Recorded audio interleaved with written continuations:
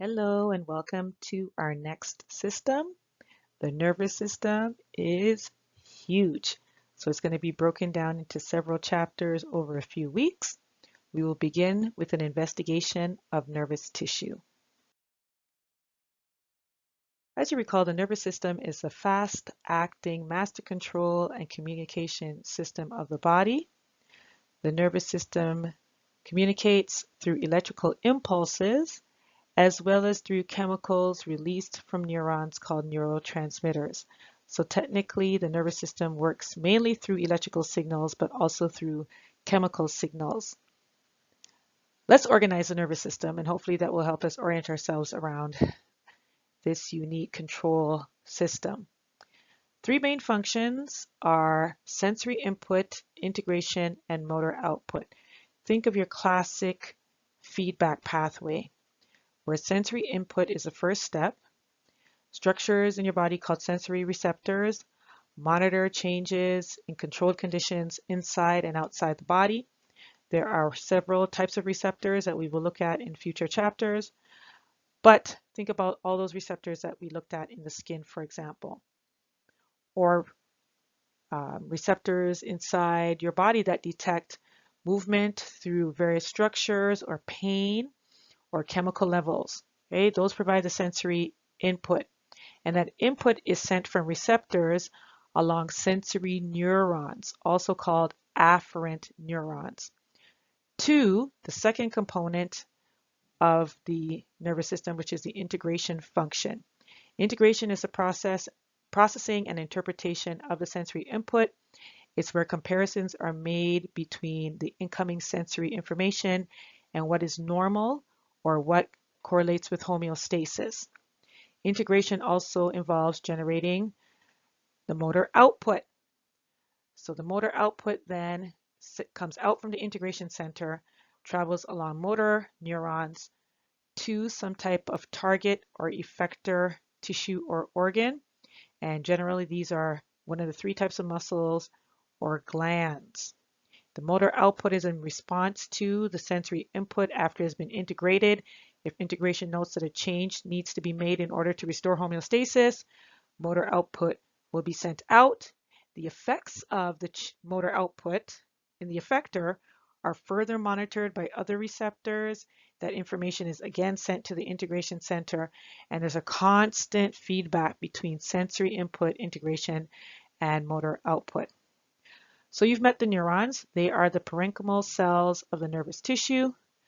Neurons are also called nerve cells.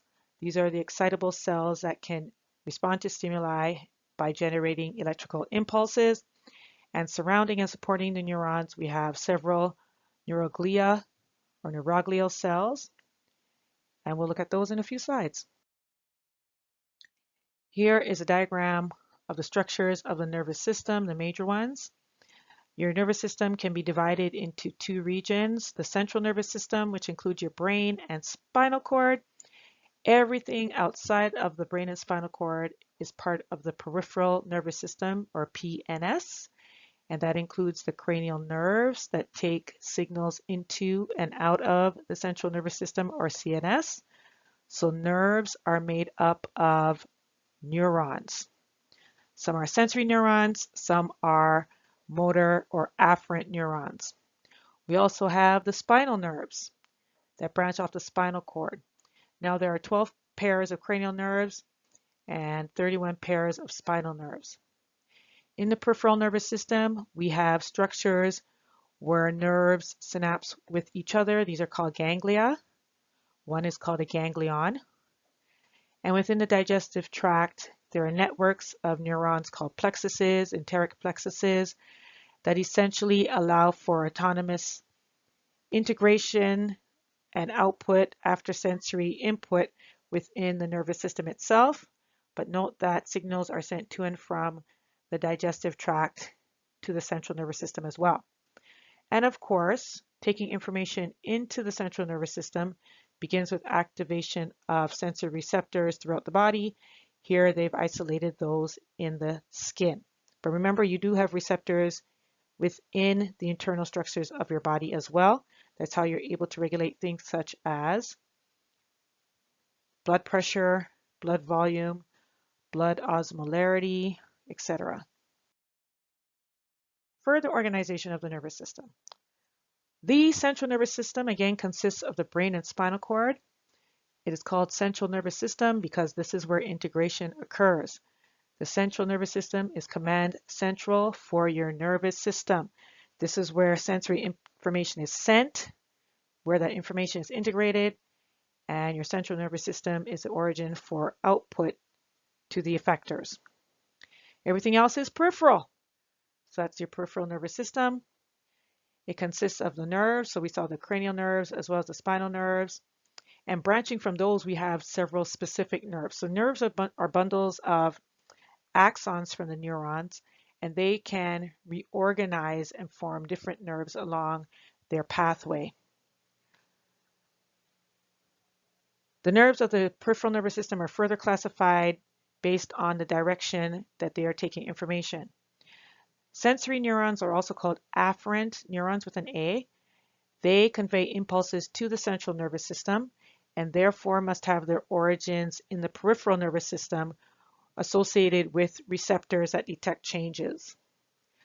Motor or efferent neurons convey impulses away from the central nervous system towards targets or effectors in the peripheral nervous system.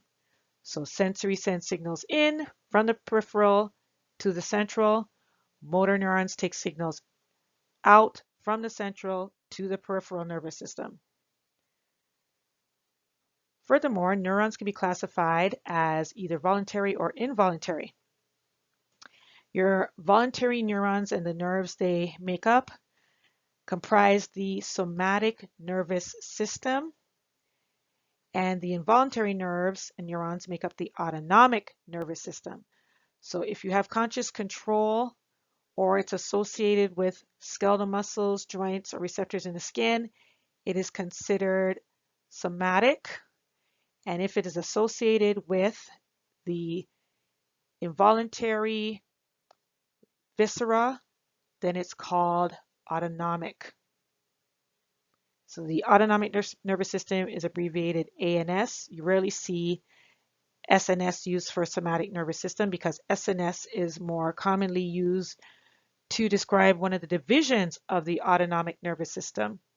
So again, the ANS is associated with your involuntary visceral structures, and there are two autonomic motor pathways that often work to complement each other or actually work opposite each other.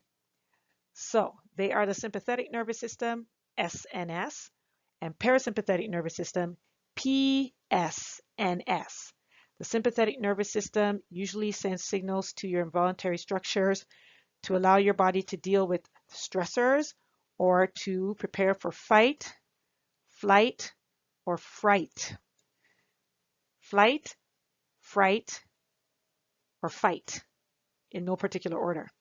While the parasympathetic nervous system sends signals to those same target effectors, your involuntary structures, but allow the bodies to rest and digest food, absorb nutrients, and store them within the cells. So keep that in mind whenever you're thinking about what would be the sympathetic response of the liver, what would be the parasympathetic response of the liver, etc., etc. So here we have a branching diagram showing us the organization of the nervous system, which is divided into the structures that make up the central nervous system, that being the brain and spinal cord, versus those that are outside of the CNS and make up the peripheral nervous system, including your spinal nerves, your cranial nerves, the branches of those nerves, as well as receptors. Now, signals coming out from the CNS towards those PSNS structures would make up the motor or efferent division, while signals coming into the CNS from those peripheral structures make up the sensory or afferent division. We also have the types of structures from which these signals are originating, or as depicted here, to which the signals are going if we're talking about the motor division. But the terms somatic, and autonomic also refer to the sensory pathways. So the somatic nervous system involves signals to and from your voluntary structures, mainly your skeletal muscles, the joints. And with respect to sensory somatic, it also refers to the receptors in the skin. The autonomic division is involuntary.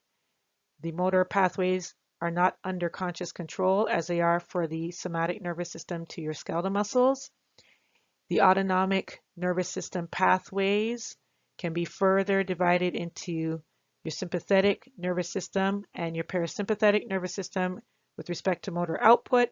Sympathetic output prepares the organs to deal with stressors in the fight or flight or fright response, while parasympathetic signals to the effectors prepares the body for rest and digest. All right, let's move on now to look at the histology of the nervous system by looking at the neurons. The neurons are the functional parenchymal cells of the nervous system. They are excitable in that they have the capacity to respond to stimuli by producing electrical impulses called action potentials. All right, the main parts of the neuron are a cell body. This is the part that looks like a head. It contains the nucleus and other major organelles. It is also the part of the cell that can receive incoming signals or stimuli, but this is also and primarily the part of the cell that integrates incoming signals. So interestingly, a single neuron acts like a mini nervous system. So the cell body would be like the integration center. Again, it has a single nucleus with a prominent nucleolus, that substructure within the nucleus. It contains other organelles such as the Nissl bodies and rough endoplasmic reticulum, ribosomes for protein synthesis, etc. Then, branching off the cell body, we have several cell processes, which are either dendrites or axons. So these are all parts of the neuron, which is a highly specialized cell, especially when you look at its structure in the following slide.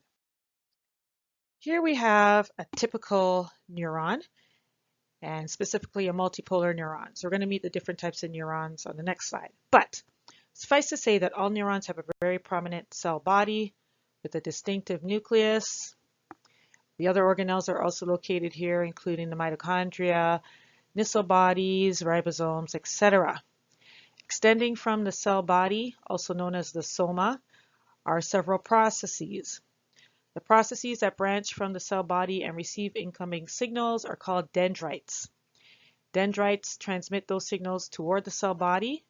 The cell body itself can also receive signals from other neurons or different type of stimuli and integrate those signals. The cell body then can generate an action potential that will travel along a single long process called the axon. The junction between the cell body and the axon, where the action potential is actually initiated, is called the axon hillock. Once an action potential, also known as an electrical impulse or signal, is initiated, it travels in one direction away from the cell body along the axon to the axon terminals. Here we see that this neuron has an axon collateral. It's a branch off the main axon. This allows this neuron to communicate with several other cells as each collateral ends in its own axon terminals and synaptic end bulbs. Most of the neurons in the body have axons that are insulated with myelin sheaths. Myelins are wrappings of supportive cells around the axon at intervals. The myelin protects the axon. It's important for regeneration of axons if they become damaged in the peripheral nervous system. And most importantly, the myelin causes the action potential to skip along the length of the axon on its way to the axon terminals. And that is because where the myelin is, the action potential cannot occur and will skip to the naked nodal regions between the myelin sheaths called the nodes of Ranvier. So this is the difference between walking down the street and skipping down the street. The skipping will get you to the end of the block much faster. In the peripheral nervous system, myelin sheaths are formed by Schwann cells. In the central nervous system, they are formed by oligodendrocytes, and these are two of the microglial supportive cells in the nervous system. The axon has special names. The cytoplasm is called the axoplasm. The membrane is called the axolemma, similar to what we saw for muscle fibers. Also note that axons, being long, slender processes of neurons, are also called fibers. Here we have different types of neurons. Note that we have the multipolar neurons that are exclusively found within the central nervous system. They are called interneurons. They have several branches that allow them to communicate with several different cells in their function as integrating cells. In image B, we have a motor neuron that has a few dendrites, a cell body, and a single long axon. It's usually myelinated if it's a somatic motor neuron. And if it's an autonomic motor neuron, there are usually two in the pathway. The first one is always myelinated, and that allows the signal to travel quickly to the targets. And in image C, we have a sensory neuron, which is a little unique. The cell body is associated with two branches of the axon. The peripheral branch is always in the peripheral nervous system, associated with receptor cells.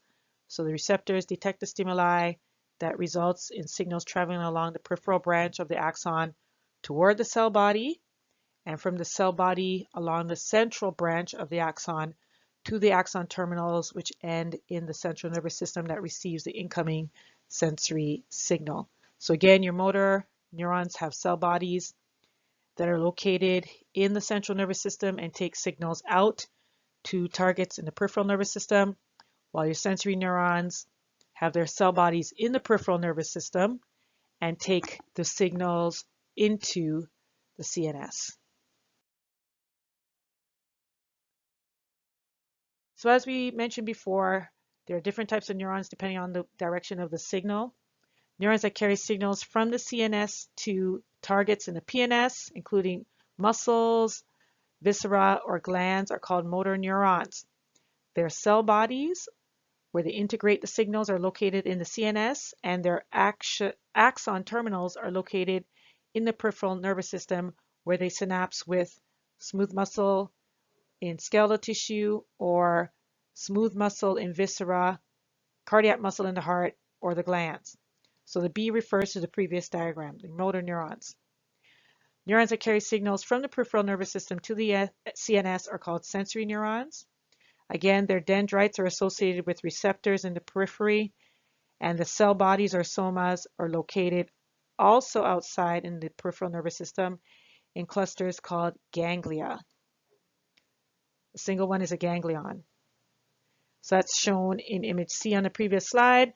And again, we have the neurons that link the sensory signals to the motor output by integrating the sensory signals and determining the motor output. These are called interneurons, and both the cell body and axon terminals, the entire neuron is located within the central nervous system. So all this tissue needs to be organized, and we give names to the various arrangements of tissue.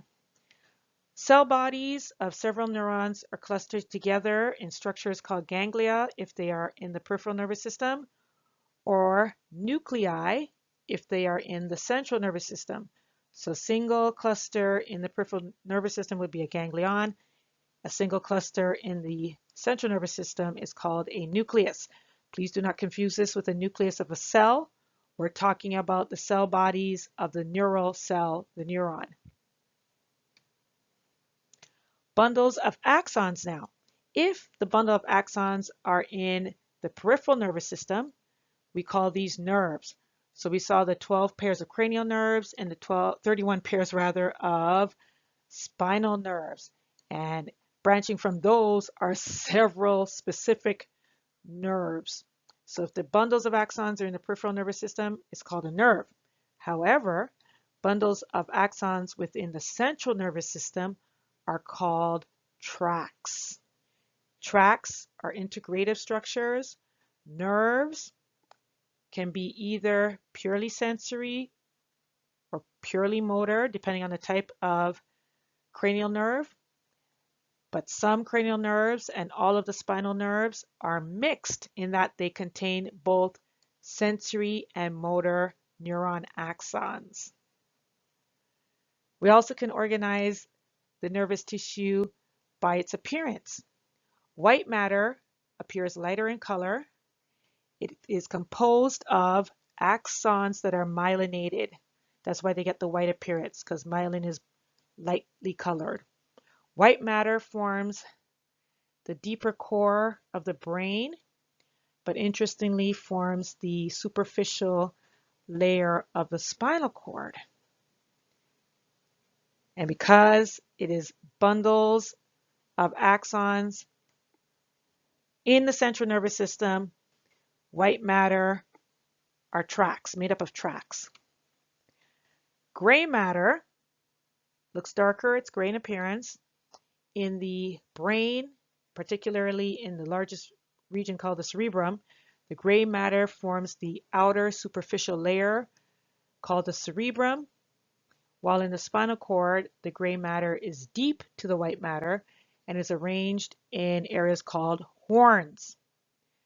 Gray matter consists of unmyelinated axons as well as dendrites and axon terminals and cell bodies. Anything that is unmyelinated make up the gray matter. White matter, myelinated axons. Allow me now to introduce you to the neuroglia of the nervous system. So these are the supportive cells that surround and support the neurons.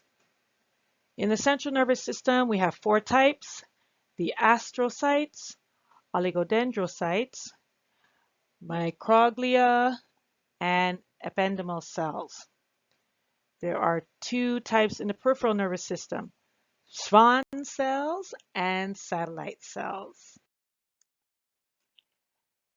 All right, let's talk about those astrocytes. They're very important cells within the central nervous system, and they have several functions. You may want to refer to your online textbook or another resource to get the comprehensive story about the astrocytes. They support the neurons in several ways. Physically, their processes wrap around the neurons and anchor them to blood vessels. And where the membrane of the astrocytes wrap around the cells of the capillary walls, they create what's called a blood-brain barrier. This blood-brain barrier is a selective barrier that limits what passes out of the blood into the interstitial fluid around the neurons. The blood-brain barrier regulates the concentration of important ions such as potassium and limits their levels in the extracellular space because that can disrupt neural signaling. It also usually blocks the filtration of proteins and amino acids out of the blood into the interstitial space because those can also suppress or stimulate neurons in an uncontrolled fashion. But necessary substances in the blood such as oxygen, glucose, those ketone bodies we met before, can also cross the blood-brain barrier and be taken up by the neurons. So the astrocytes anchor the neurons to their blood supply and also create a specific selective barrier called the blood-brain barrier. The astrocytes also secrete chemicals that help to regulate the growth of the neurons as well as the direction in which they grow or their migration, and therefore the interconnection that the neurons form among other brain neurons. Importantly, the astrocytes help to maintain a proper chemical environment around the neurons for the generation of nerve impulses. Part of that function, of course, is created by the blood-brain barrier, but the astrocytes can also take up harmful substances and maintain a healthy environment around the neurons. And finally, astrocytes are believed to play a role in learning and memory by influencing the formation of neural synapses. Let's move on and discuss the oligodendrocytes. These are similar in shape to the astrocytes, but they are smaller and have fewer processes. They also have a totally different function. Oligodendrocytes form and maintain the myelin sheath around central nervous system axons. So the myelin sheath is a multi-layered structure of lipid and proteins that insulate and cover the axons to increase the speed of nerve impulse conduction. Next, we have the microglia, which essentially are CNS macrophages, and as phagocytes, they help to remove cell debris and damaged nervous tissue. The ependymal cells are essentially epithelial cells, so they form a barrier that lines the ventricles, which are the cavities within the brain, as well as the central canal that passes through the center of the spinal cord. And they also form structures called choroid plexuses that filter the blood and form cerebrospinal fluid. So this filtered plasma is one of the extracellular fluids that functions to protect the brain from shock and also nourish the brain and spinal cord tissue. So the ependymal cells produce and possibly monitor and help to circulate the cerebrospinal fluid. They also form the blood-cerebrospinal fluid barrier. Okay, so again, they produce, monitor, and assist in CSF circulation. All right, here we have a diagram of the neuroglia or the neuroglia. Hopefully you can see the capillaries in the center, and extending their processes and wrapping around them are the astrocytes. Those are the red cells. We also have the oligodendrocytes with a large central nucleus that can extend to several neurons and provide several myelin sheaths. We also have a few microglial cells that essentially act as scavenger white blood cells in the brain. And then lining the ventricles, we have the cuboidal to columnar ependymal cells that produce and circulate cerebrospinal fluid. You can see they're ciliated, so that creates the sweeping motion for the movement of the CNS. Of the cerebrospinal fluid, the CSF. Yes. The peripheral nervous system neuroglia include the Schwann cells. These cells encircle the axons of the neurons in the peripheral nervous system, similar to the oligodendrocytes, except here each Schwann cell forms its own myelin sheath. And again, this insulates the axons, speeds up the rate of signal conduction, but in the peripheral nervous system, the Schwann cells and the myelin sheaths are also important for potential regeneration of damaged neurons.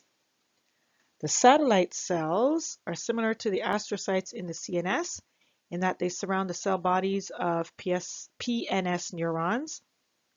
Remember that those cell bodies are clustered into ganglia.